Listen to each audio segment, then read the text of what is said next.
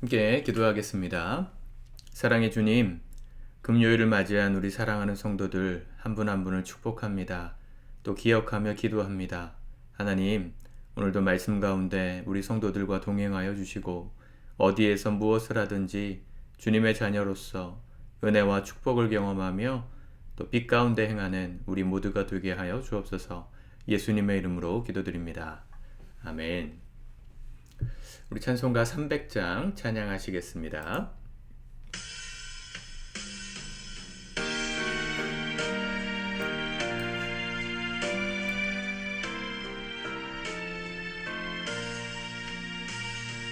내 맘이 낙심되며 근심에 눌릴 때 주께서 내게 오사 위로해 주시네. 가는 길 캄캄하고 괴로움 많으나 주께서 함께하며 내 짐을 지시네. 그네가 내게 족하네. 그네가 족하네.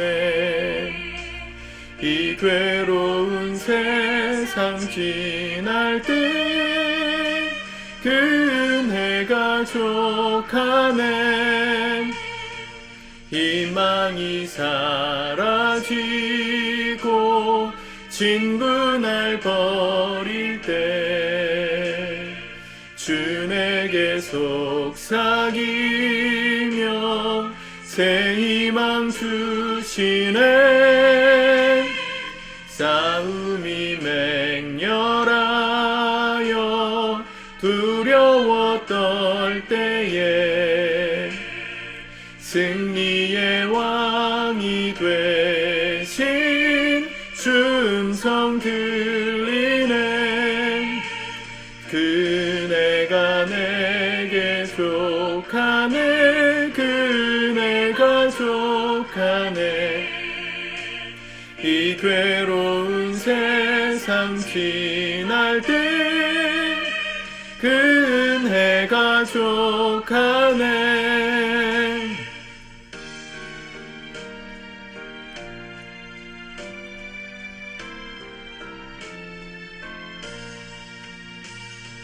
범민이 가득 차고 눈물이 흐를 때 주 나의 곁에 오사 위로해 주시네. 반란이 닥쳐와서 어려움 당할 때 주님의 능력 입어 원수를 이기네. 그네가 내게 족하네. 그네가 족하네. 이 괴로운 세상 지날 때 그네가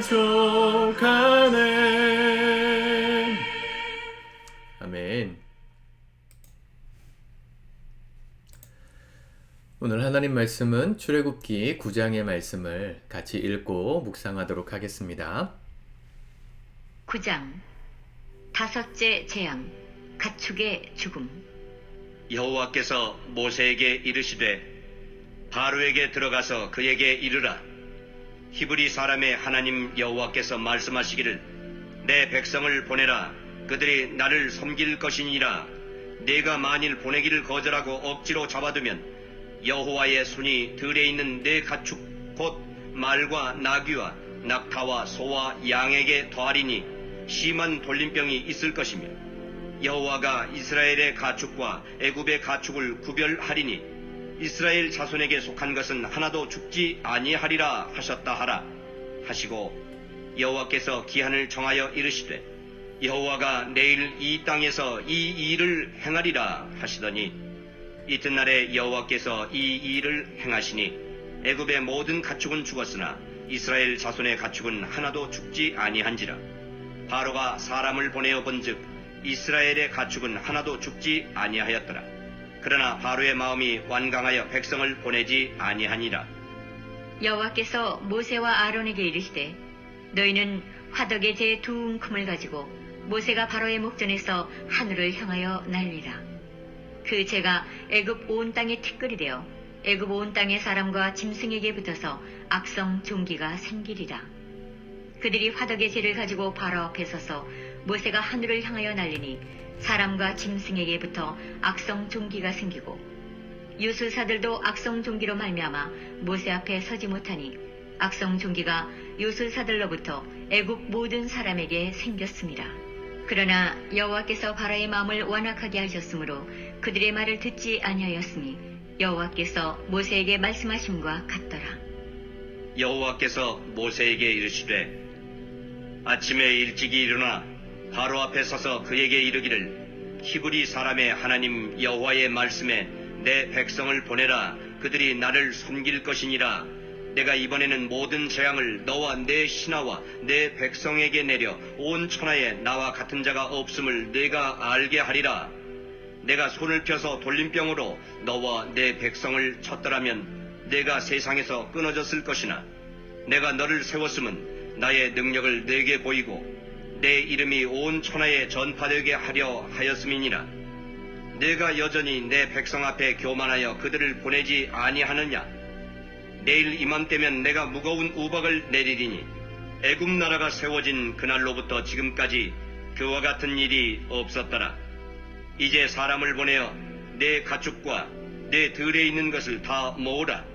사람이나 짐승이나 무릇 들에 있어서 집에 돌아오지 않는 것들에게는 우박이 그 위에 내리리니 그것들이 죽으리라 하셨다 하라 하시니라. 바로의 신하 중에 여호와의 말씀을 두려워하는 자들은 그 종들과 가축을 집으로 피하여 들였으나 여호와의 말씀을 마음에 두지 아니하는 사람은 그의 종들과 가축을 들에 그대로 두었더라. 여호와께서 모세에게 이르시되 너는 하늘을 향하여 손을 들어 애굽 전국의 우박이 애굽 땅의 사람과 짐승과 밭의 모든 채소에 내리게 하라. 모세가 하늘을 향하여 지팡이를 들매 여호와께서 우레소리와 우박을 보내시고 불을 내려 땅에 달리게 하시니라. 여호와께서 우박을 애굽 땅에 내리심에 우박이 내림과 불덩이가 우박에 섞여 내림이 심히 맹렬하니 나라가 생긴 그때로부터 애굽 온 땅에는 그와 같은 일이 없었더라. 우박이 애굽 온 땅에서 사람과 짐승을 막론하고 밭에 있는 모든 것을 쳤으며 우박이 또 밭의 모든 채소를 치고 들의 모든 나무를 꺾었을 때 이스라엘 자손들이 있는 그곳 고센 땅에는 우박이 없었더라. 바로가 사람을 보내어 모세와 아론을 불러 그들에게 이르되 이번은 내가 범죄하였노라. 여호와는 의로우시고 나와 나의 백성은 악하도다. 여호와께 구하여 이 우레소리와 우박을 그만 그치게 하라. 내가 너희를 보내리니 너희가 다시는 머물지 아니하리라. 모세가 그에게 이르되 내가 성에서 나가서 곧 내 손을 여호와를 향하여 펴리니 그리하면 우레소리가 그치고 우박이 다시 있지 아니할지라. 세상이 여호와께 속한 줄을 왕이 알리이다. 그러나 왕과 왕의 신하들이 여호와 하나님을 아직도 두려워하지 아니할 줄을 내가 아나이다. 그때 보리는 이삭이 나왔고 삼은 꽃이 피었으므로 삼과 보리가 상하였으나 그러나 밀과 쌀보리는 자라지 아니한 고로 상하지 아니하였더라.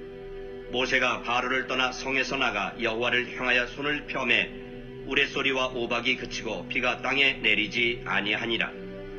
바로가 비와 우박과 우레소리가 그친 것을 보고 다시 범죄하여 마음을 완악하게 하니 그와 그의 신하가 꼭 같더라. 바로의 마음이 완악하여 이스라엘 자손을 내보내지 아니하였으니 여호와께서 모세에게 말씀하심과 같더라. 아멘.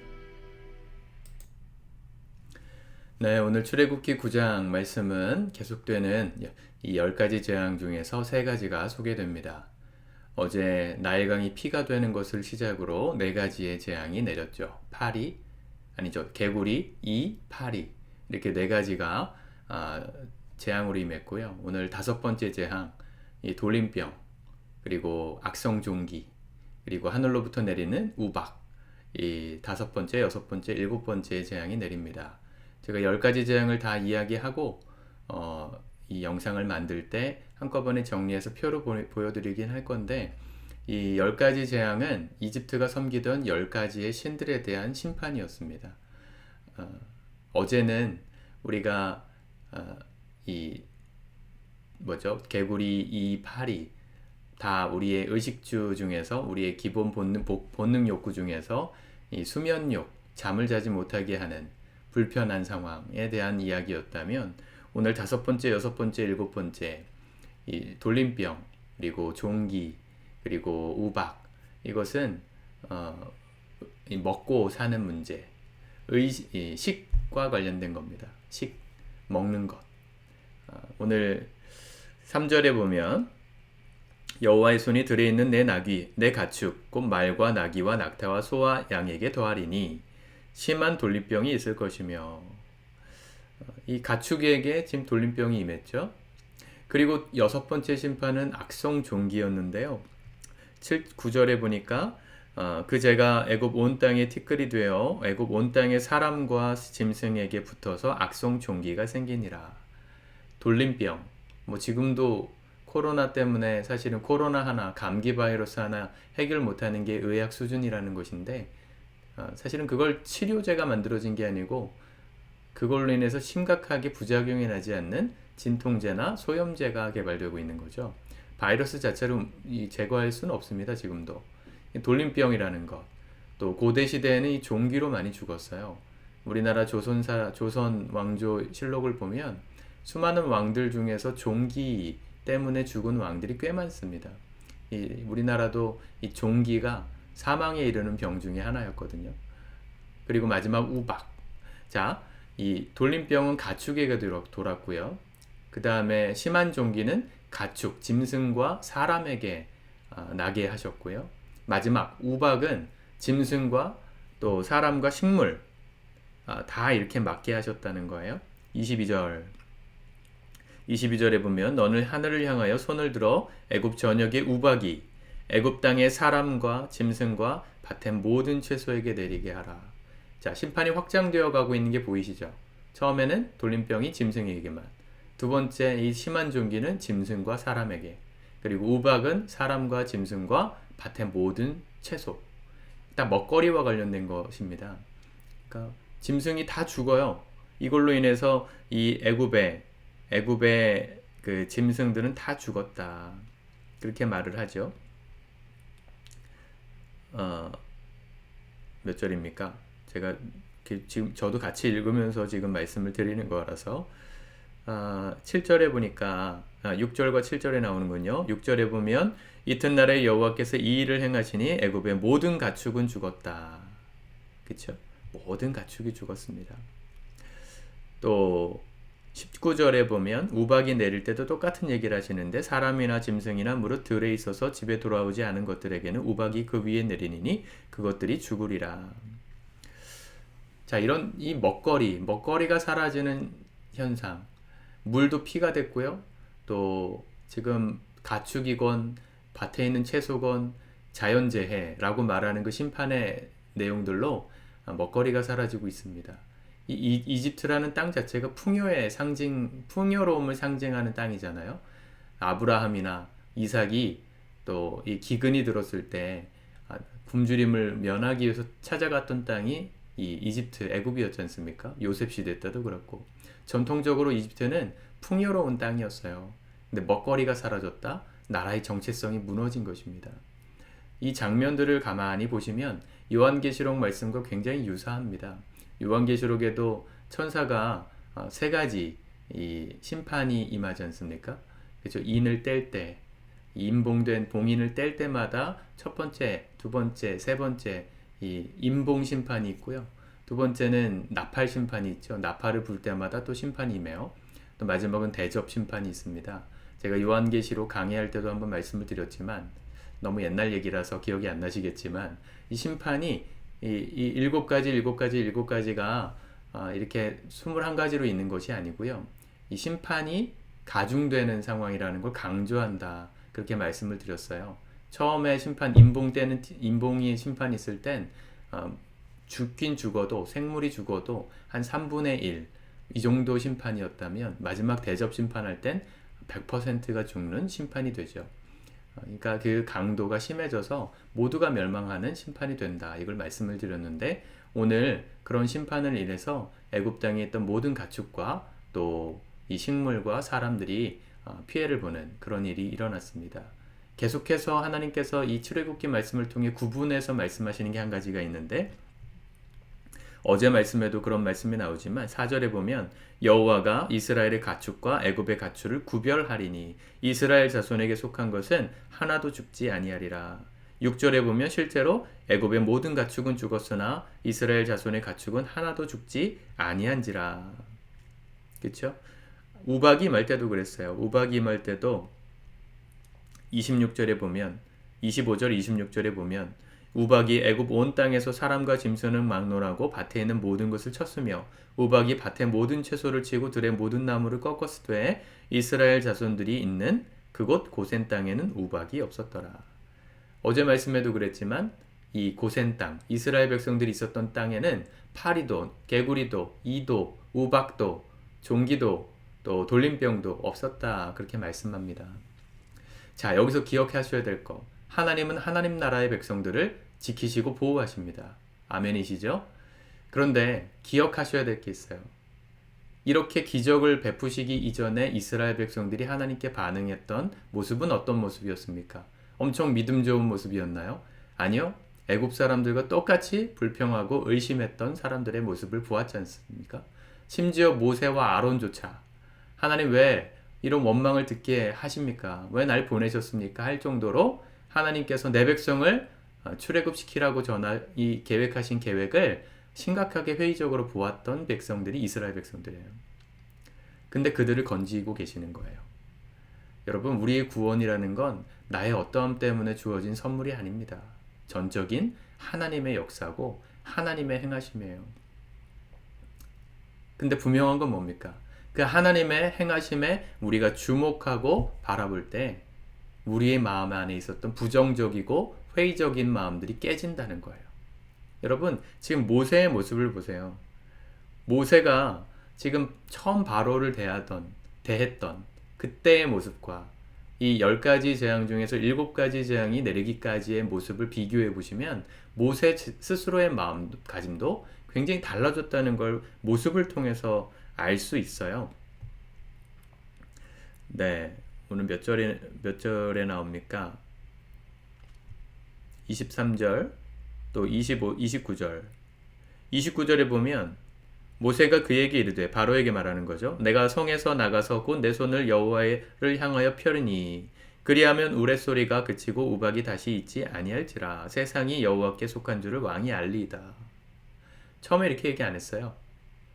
뭐 지팡이로 뱀을 만들고 뭐 그럴 때는요, 바로가 모세가 하는 말에 콧방귀를 꼈고요. 모세 스스로도 하나님 왜 나를 이렇게 보내셔서 이스라엘 백성들에게 노역을 더 가중되게 상황을 더 나쁘게 만드셨습니까? 회의적으로 생각했거든요. 근데 하나님께서 정말 세상을 다스리시고 특별히 이 이집트가 섬기던 신들을 심판하시는 모습을 보면서 모세 스스로의 마음에 변화가 생긴 거예요. 담대해졌습니다. 내가 내 손을 여호와를 향하여 펴리니 그러면 우박이 그치고 우레소리가 그칠 거다. 네, 우리 신앙인들이 이렇게 성숙해 가는 겁니다. 여러분, 우리가 뭔가 노력해가지고요, 뭔가 결심해가지고 우리가 변하지 않거든요. 많이 해보셨지 않습니까? 그렇다고 결단하고 결심하지 마시라는 얘기가 아니고요. 우리가 변화될 때는 언제냐면 하나님의 행하심을 우리의 삶 속에서 실제적으로 경험하고 볼 때예요. 그러려면 그분이 우리에게 하시는 말씀, 그분의 뜻이 무엇인가에 관심을 갖고 사셔야 하나님의 행하시는, 이 세상 가운데 하나님의 행하시는 것들을 볼 수가 있어요. 여러분, 하나님께서 지금도 세상을 다스리고 계신다는 거 믿으십니까? 일예로 하나만 말씀드릴까요? 벌써 19분이 됐네요.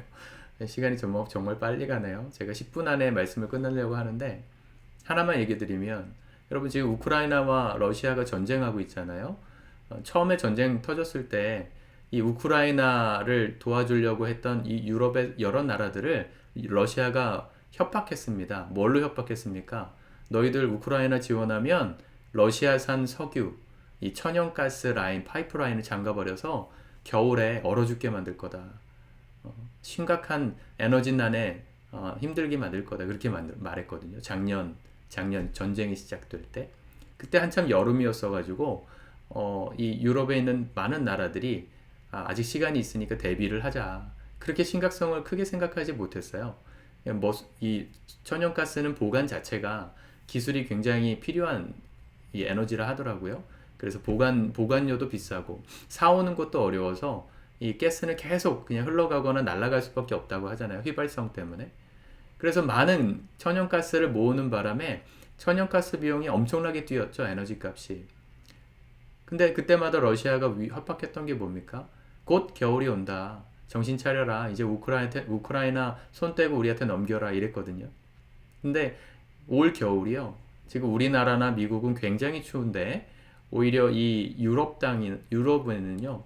그 어느 해보다도 따뜻한 겨울을 보내고 있다고 합니다.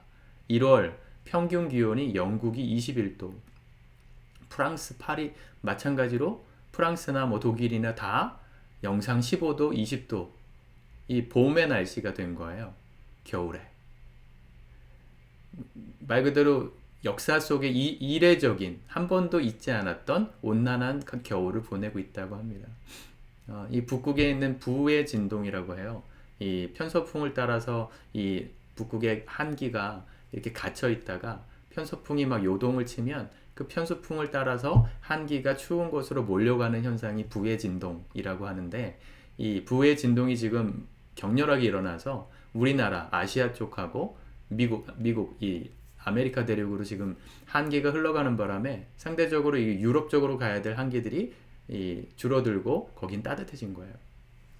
사람들은 뭐 지구 온난화 때문이다 뭐 여러 가지 이야기들을 하지만 여러분 하나님 믿는 사람은 어떻게 봅니까? 하나님은 정의로우신 하나님이시라 이 세상의 전쟁 한가운데서도 하나님의 통치를 보이시거든요. 이 유럽이 따뜻한 게 그냥 따뜻한 게 아니에요. 러시아가 그렇게 협박하던 그 겨울이 온다고 협박하던 그것이 하나님께서 날씨를 딱 바꾸시니까요. 협박의 거리가 되지 않았어요. 러시아가 지금 난색을 표하고 있는 겁니다. 여러분 하나님은 지금도 세상을 다스리십니다. 하나님이 세상의 왕이심을 왕이 알리이다. 29절 세상이 여호와께 속한 줄을 왕이 알리이다. 여러분 우리 마음에 그 하나님에 대한 자신감, 신뢰가 있을 때 하나님의 역사를 보는 거예요. 하나님의 지금 관심이 어디 있나? 하나님께서 무슨 말씀을 하시는가? 귀를 열고 살아야 하나님이 행하시는 걸 보고 우리의 믿음이 커지는 겁니다. 모세처럼 말이죠. 오늘 하루의 삶 속에 하나님께서 무슨 일을 하시는지에 대해서 눈을 열고 귀를 뜨고 사시길 축복합니다. 그럴 때 우리의 삶에 함께 하시는 그 하나님의 역사를 경험하면서 우리의 믿음도 커지고 또 담대하게 그 하나님 나라 백성답게 사는 축복을 누릴 수 있게 될 것입니다. 오늘 이 놀라운 하나님 나라 백성의 축복을 누리시는 저와 여러분들 되기를 바랍니다. 기도합시다. 하나님 감사합니다. 말씀대로 오늘도 주의 역사를 보게 하시고 우리의 믿음을 성숙시켜 주시옵소서. 예수님의 이름으로 기도드립니다. 아멘.